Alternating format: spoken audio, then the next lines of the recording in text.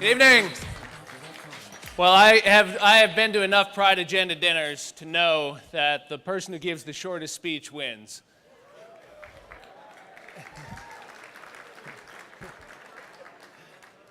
And I like to win.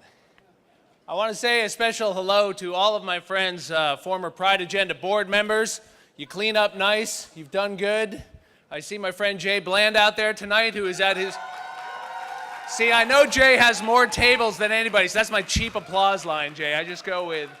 And his beautiful, long-suffering partner, Michael. Jay is on dinner number 23 tonight. Jay has been a table captain for 23 years, which is remarkable given his age of only 31-ish.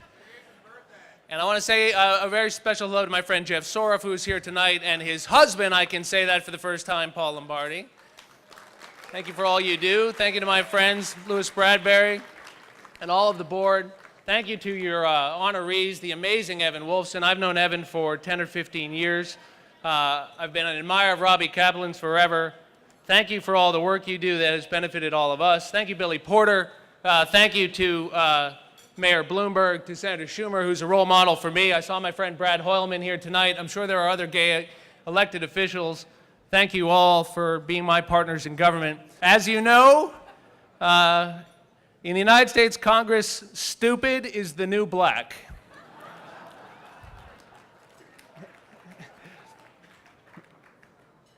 On the way over here, I was trying to think about a way to wrap the story of Kinky Boots into what I do for a living.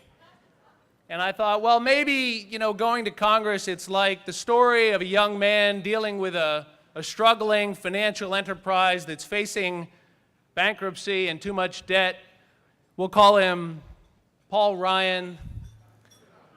And he meets a young drag queen who comes up with an interesting idea. We'll call her Ted Cruz. And together they come up with an idea to make women's footwear for men or destroy critical health care protections for struggling Americans. But I realized Tony Kushner was going to be here, and I figured I should just probably stop right there.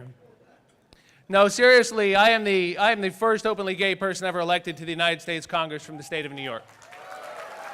And I'm very proud of that, but I have no illusions about the fact that I stand on the shoulders of so many people in this room who have worked for so long to make that possible. And it's really just that simple. I mean, at every one of these tables, I see so many of my friends, Stephen and Mitch and Fritz. I see my friend Evan Smoke from law school out there. I see so many of you who have worked, Eric and Joe, for years and years to make possible the gains we made year after year. We used to meet in a little room down on Hudson in the Empire State Pride Agenda storefront offices. The conference table was smaller than one of these. And this dinner used to be, we were lucky if we had a corporate sponsor from, Wet or something, but the... And now it's Goldman Sachs and Bank of America and congressmen and mayors and senators. But it's because people cared and people worked. And I know you're sick of what you've been seeing in Congress. I'm sick of what I've been seeing in Congress. You're right to be sick of what you're seeing in Congress. It's wrong. It's wrong. It's got to be better. But now is not a time to get discouraged. It's a time to get engaged. And we as gay and lesbian and bisexual and transgender New Yorkers and Americans ought to know that when you work, it can work for you. Because we've seen it work. We are the group of Americans who ought to know better than anybody that we have put our energy and our time and our money and our effort into this thing, and it has produced results for us that no one's ever going to take away again. And we've got 6 or 7 members of the United States Congress now. There's no office we can't win in the United States. There's no place we can't win office in the United States. And nobody is going to take our rights away because we're going to be at the table making damn sure they don't. Now, 20 years ago, I came to my first Pride Agenda dinner with a beautiful guy I had met, the first guy I met in New York. And one of the first things we did is he took me to a Pride Agenda dinner. And 21 years later, and 3 kids later, I have the same date tonight. I know, right? Come on. Randy Florkey is here tonight. Right there. proving if you get in early with me, you just got it. Just got me right off the bus from Virginia Law School. And, you know, Randy Florkey, when I got elected to Congress, somebody asked, you know, what does it mean now that Sean's been elected to Congress? And without missing a beat, Randy said, it means he's going to look older and get fat. I thought, well, honey, I love you too. And I said, listen, you can go to Congress, but those gay guys at the Pride Agenda dinner are still mean. I'm going to stay in shape. I am not. I know you all. I know what you're saying out there.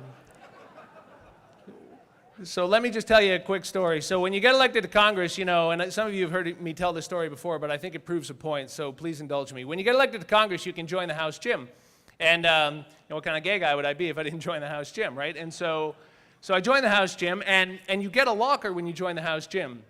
And they put your name on it. It's kind of nice, and you're stuck there. It's your permanent locker for as long as you serve in the House of Representatives. So kind of matters, you know, who you're with and where you are. And so I'm in there during one of the first days I've been elected, and this guy comes in who's one of these guys, I won't tell you who he is, but he's a conservative Republican. You might even call him a Tea Party Republican from Indiana. So he takes a look at me, and he's kind of getting dressed because he sleeps in his office, and he's just in there showering and changing, and so he's there every day. So this is going to come up a lot. And he says, you new? And I said, yeah, I'm new. And he said, where are you from? I said, I'm from New York. And he said, who'd you beat? And I said, well, I beat Nan Hayworth. And he said, oh, bastard. And I said, she was really hot. And I was like, all right, well, that's inappropriate, but. And he said, well, was that campaign rough? And I said, yeah, man, it was rough. And he said, did you go negative on her? I said, well, you know, we talked about a support for the Ryan budget and all this stuff, and yeah, it was a tough campaign. He said, well, she go negative on you? I said, yeah, man, she threw the kitchen sink at me. He said, well, did it get personal? And I was like, well, yeah, you know, it got pretty personal. And he said, well, you know, what are you, a philanderer? And I said, I don't even know what that word means, right? I was like, no, man, I'm not a philanderer. And he said, well, wait, what are you, gay? It's a story.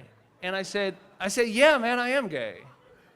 And he just kind of looked at his shoes and walked away. The guy's got the locker next to me, right? So, and I just think, I love that story, and it's every word of it's true. And the reason is because it would never occur to him that he would be talking to somebody in a gym where only the members of Congress can go, where he might have to be careful about who he was talking to. And now he can never be sure. And I'm not asking his permission to go in there. I was elected by the people of my district just like he was.